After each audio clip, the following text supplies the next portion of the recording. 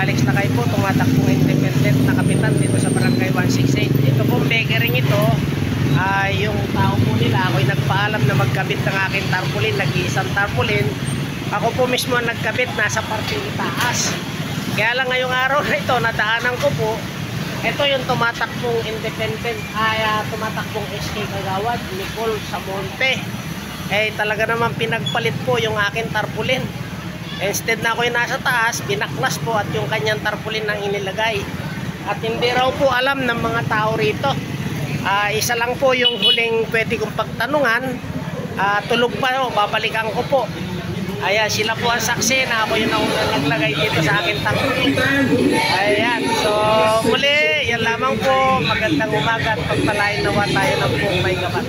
Alex Bulaton Jr. Lakay bilang independent na tumatakbong kapitan dito sa Barangay 168 Ipar.